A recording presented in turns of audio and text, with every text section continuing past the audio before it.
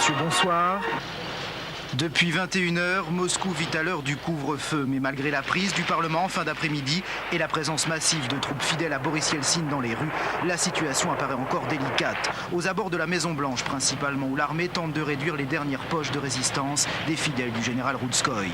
Mais des tirs ont également éclaté ce soir près du Kremlin, suivi un peu plus tard d'une attaque contre l'immeuble de l'agence TASS. Bilan, un mort et un blessé parmi les assaillants. Pourtant, malgré ces réactions sporadiques, Boris Yeltsin semble avoir désormais la situation bien en main.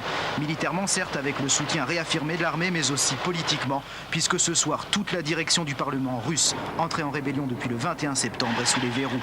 Par ailleurs, 16 partis et mouvements politiques viennent d'être interdits et la Pravda est désormais censurée.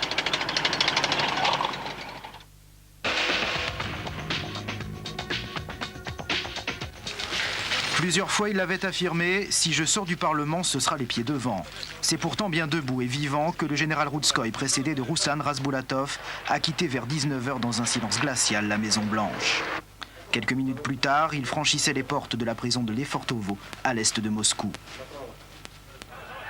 Avec Routskoï et Rasbulatov, ils sont des centaines d'hommes et de femmes, fonctionnaires, députés, apparatchiks et soldats, à se rendre.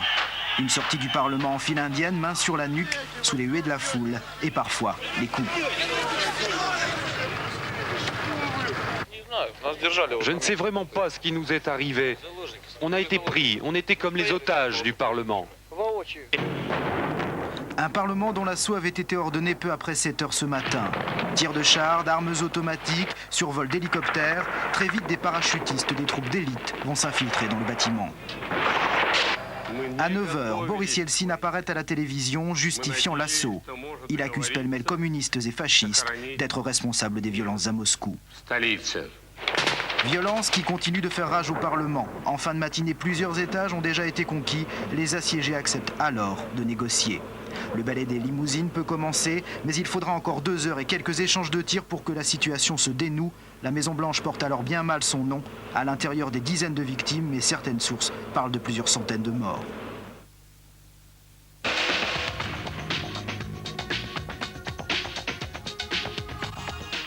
On peut dire que ce soir, Boris Yeltsin tient les rênes du pouvoir fermement dans ses mains. L'armée n'a pas bougé, la police fait son travail, difficilement parce qu'il y a 70 tireurs d'élite environ, d'après une source du ministère de la Sécurité, qui sont encore dans la ville et qui sévissent puisque 3 hommes ont été blessés il y a à peine quelques minutes dans la rue principale.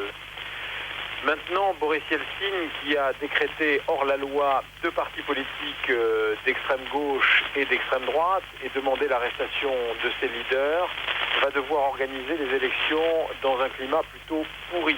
Tout dépendra maintenant de l'agitation qui va peut-être démarrer dans les régions de Russie, puisque dès ce soir, 1500 communistes se sont rassemblés à Saint-Pétersbourg en hurlant « À mort Yeltsin, à mort le dictateur ». Donc l'avenir politique de Yeltsin dépendra du calme qui pourra s'instaurer dans le pays et de la possibilité d'organiser rapidement des élections qui seront reconnues comme légitimes et légales par tous.